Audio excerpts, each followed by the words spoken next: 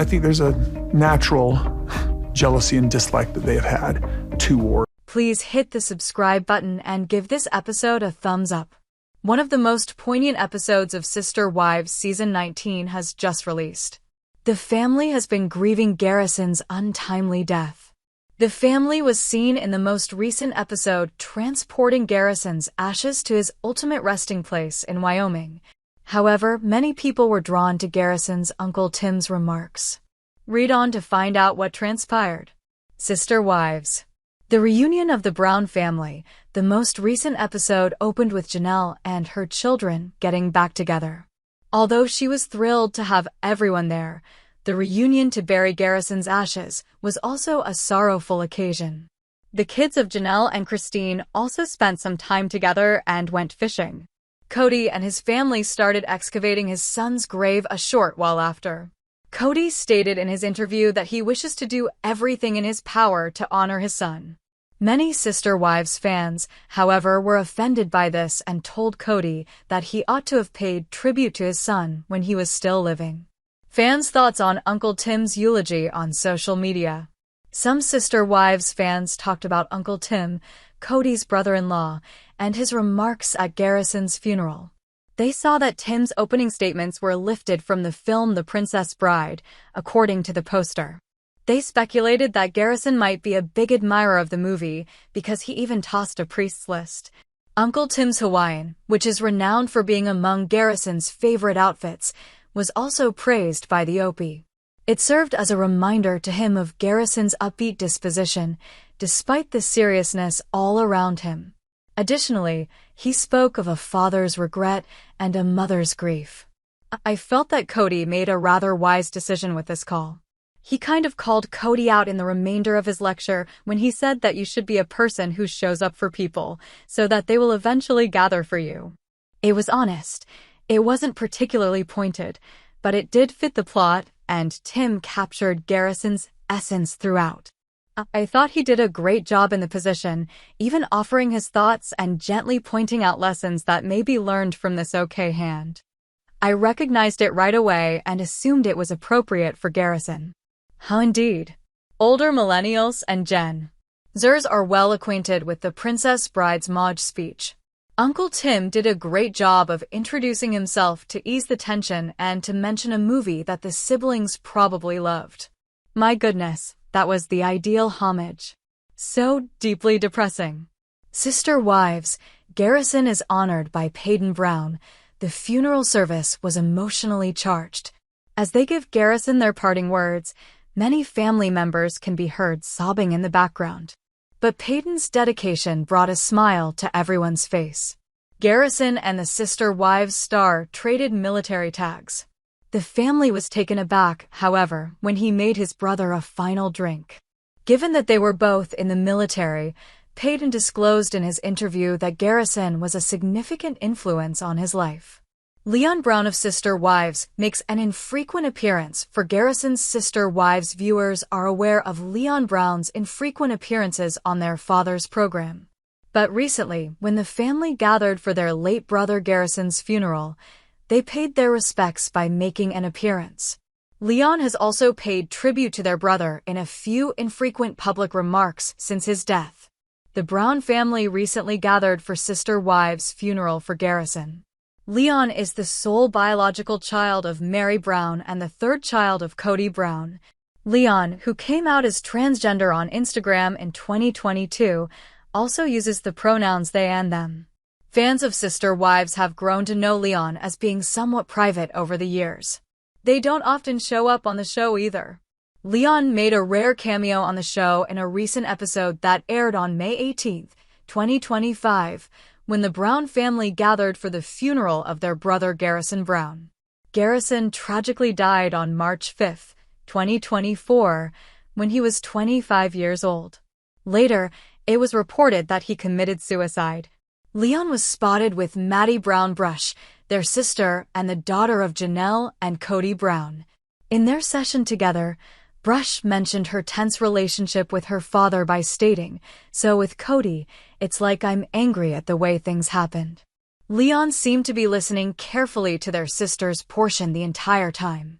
But I have control over how I respond and how I respond back, Brush added. Leon said nothing, but another family member seemed to find Brush's remarks amusing. And I'm still deciding how I do that.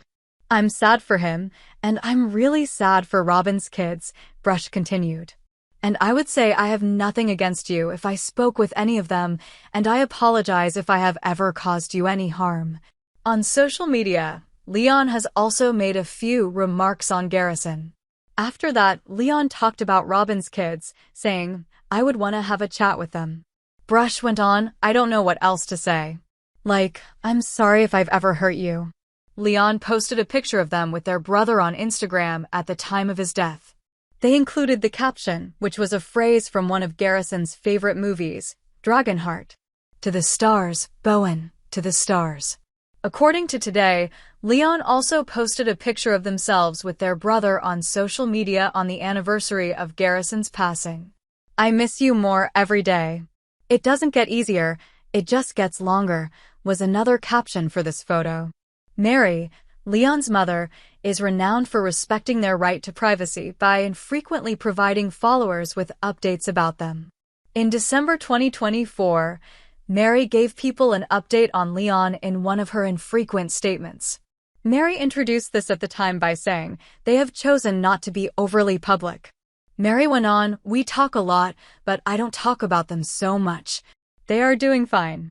Viewers witnessed a meeting that went beyond drama and caught something really human, a family grieving, healing, and remembering together.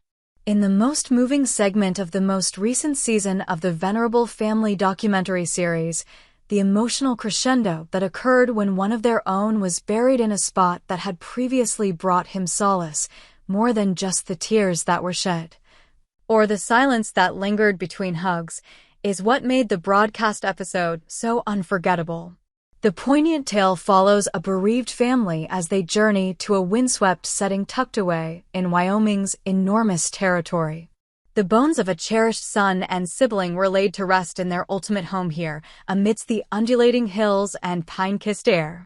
More than a funeral, what transpired was a reckoning, a time when regrets were as loud as grief and relationships were measured against the sadness of loss. A mother offers her children comfort and sorrow. The camera lingered softly on a woman who was recognized for her steady fortitude as the episode began.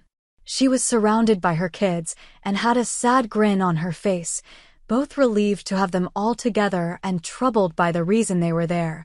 Her calm, prolonged embraces of each child communicated tales that words could not express.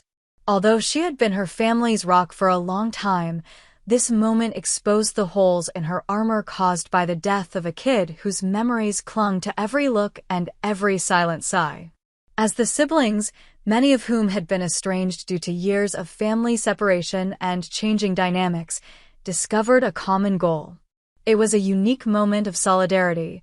Their brother had always enjoyed fishing, so they threw fishing hooks into the neighboring lake.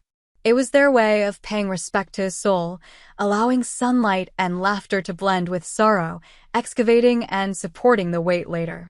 As a father picked up a shovel, the family stood in a semicircle under a memory-filled sky. He used to be regarded as the head of the family, but now he seemed more solemn and reserved than normal. His stance as he worked the dirt conveyed both weight and reflection. He addressed the cameras in a rare display of unguarded emotion. Many lifelong watchers saw a different resonance in his comments, even though they were intended to convey a want to commemorate the kid he had lost.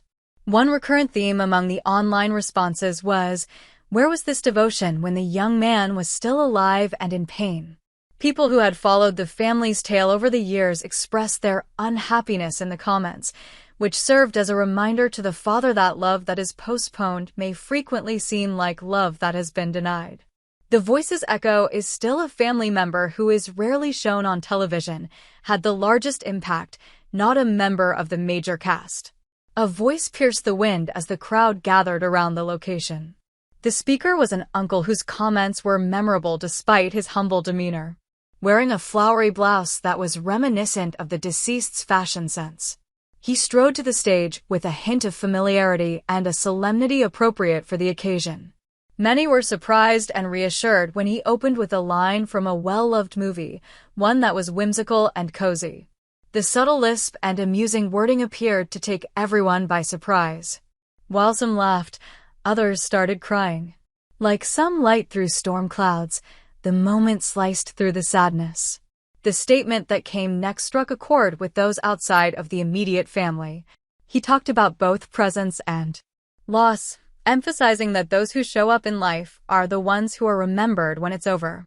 In his quiet, he spoke of a father's regret and a mother's open and obvious grief. Although it was truthful, it was not accusatory.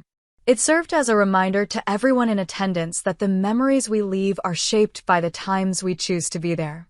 His remarks struck a chord with a generation that prioritizes vulnerability over appearances and presence above artifice. A celebration using common recollections online communities started talking about that speech. A few identified the allusion as coming from a sentimental movie. Others remarked that the uncle's attire was not only oddball, but deliberate, paying homage to the vibrant, carefree personality of the person they lost. He was viewed by many as a conduit for the spirit of the dead, a narrator, a witness, a reminder. He brought more than just words. He contributed both humor and respect in equal measure. He transformed the service into something deeper by embracing celebration while acknowledging sadness. It wasn't only a farewell for many, it was an expression of gratitude. An expression of gratitude for his existence, laughter, and unique form of love. Brotherhood celebrated in silence and symbols when a tall young guy who was well known for his military service and loud personality stepped forward. The emotional tidal rose once again. In his hand was a trinket that held immense significance for him. He took off the metal tags around his own neck when he arrived at the location where his brother's ashes were resting. He put them just next to the container containing his siblings' remains. It was an act of respect, solidarity, and unresolved dialogue between two souls connected by fraternal fidelity and common ideals. Then, his eyes hazy and his fingers shaking, he reached into a bag and took out a drink, something his brother would have liked. Everyone in the crowd took a collective breath as he dumped it upon the ground. It was a farewell and a toast, both profoundly emotional and meaningful. Later on, he talked about how his brother had served as a mirror, a buddy, and a mentor. Their paths had been similar, and even if one had ended prematurely, their bond would endure. Grief that unites and disconnects. As the day went on, the ceremony unveiled more than just grief. It also exposed layers of relationships that had been stretched for a long time by dispute and distance. Meaningful looks were shared, silent regrets, unhealed apologies, and lingering love. Loss could no longer conceal the rifts, and the day had a way of bringing those who had wandered together. Following the ceremonies, a few family members stayed and sat silently by the grave. Others provided consolation in the form of little gestures, such as a shared photo, a hand on a shoulder, or a tear that was removed silently. During those times, the family's complex dynamics gave way to something more straightforward: connectedness. The place where their story is told, the final resting spot, wasn't picked at random. It was a place associated with better times, a place of family outings and introspection. The return of his ashes to the earth of a site where he had once grinned freely was significant. Now the burden of memory would rest on the vast skies, the hills, and the trees. As he blended into the scenery he had loved, the soil held him tenderly. His mother murmured that it was a pledge to keep him going, not a farewell. He would live on in pictures, in memories, in laughter. The heritage bequeathed the family started to leave as the sun started to set behind the mountains, illuminating tear-streaked cheeks with golden hues. They brought more than sorrow with them. They brought with them new relationships, unspoken insights, and the reverberations of a brief but profound life. Instead of loud clashes or dramatic exits, the show concluded with peaceful determination. The voices of those who had assembled, the flutter of leaves in mutual grief, and the serenity that results from love. Even if it is delayed, we're all carried by the wind as it grew stronger. The message was obvious to those who watched from a distance. Presence counts. Words count. While hearts are still beating, love must be shown. Furthermore, the way we remember a deceased person can mend wounds that time cannot. One person has long wished to stay out of the spotlight among the numerous members of a well-known multiple family that is highlighted on reality television. Throughout their family's complicated and frequently public journey, viewers have hardly seen or heard from this individual who is known for their quiet presence and reclusive demeanor. However, this mysterious family member was once again brought into view during a recent reunion that was shrouded by loss and remembrance. In remembrance of a beloved young man whose life was sadly cut short, a somber farewell ceremony was performed. Longtime fans who had grown to appreciate this person's privacy preferences were intrigued and moved by this infrequent appearance. They returned for a meaningful family time filled with mutual grief and hesitant attempts at healing, not for show or drama, bound by complex relationships and years of public exposure. The family came together to bid farewell and face the lingering effects of their loss. The individual in issue, who stands out for their special place within the family structure, is the offspring of the patriarch and one of his wives. They have long led a low-key life, avoiding cameras and public commentary in favor of fostering a more subdued lifestyle. Their genuine self, which they have bravely accepted and shared with the world in recent years, is a major aspect of who they are. They have chosen pronouns that accurately represent who they really are and identify outside of conventional gender conventions. This family member has been a mystery to the viewers of the show for years. They talk about it a lot, but rarely see it. Their existence has always been a subtly woven element into the family's narrative, serving as a reminder of the depths of the individual that are hidden from view. Their moving participation in the family's most trying time to date. The death of a sister whose departure rocked them all to their foundations was highlighted in the most recent episode. Tragically, the deceased sibling passed away too soon. He was a young adult with hobbies and goals. Both the family and the viewers were devastated by his demise, which clouded the family's continuing story. His death had tragic circumstances, and the family's public response to the tragedy showed unfiltered feelings, regrets, and a desperate attempt to find purpose in the face of suffering. The reserve family member was spotted at the memorial with their half-sister, who was well known to the crowd because of her own candor and complicated relationship with the family patriarch. Hurt, annoyance, and unresolved tensions permeated their talk, especially in regards to their father's acts and the effects they had on their lives. The sister's statements conveyed regret and rage, but they also revealed a struggle to move on and a wish to have control over her reactions. The sibling who had always avoided the limelight listened intently, taking on the burden of the family dynamics while keeping a level head.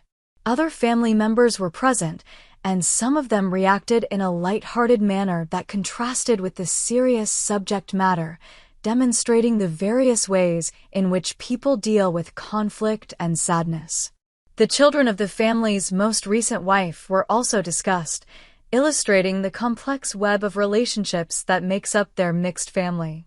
Expressions of grief went beyond close siblings to encompass sympathy for anyone who might be impacted by family strife in a more indirect way. Apologies for previous injuries and a hope for healing ties were the tentative forms of outreach. In addition to the televised events, this family member has paid tribute to the deceased brother on social media with a few sincere posts. One post included a sentimental quote from a fantasy movie that was particularly precious to the deceased, along with a cherished photo of the two of them together. Fans who understood the closeness of these brothers and the continued sorrow felt by those left behind found resonance in this message. The same family members shared another message on the anniversary of the sibling's death, this time focusing on the ongoing suffering and how grief grows over time rather than lessens.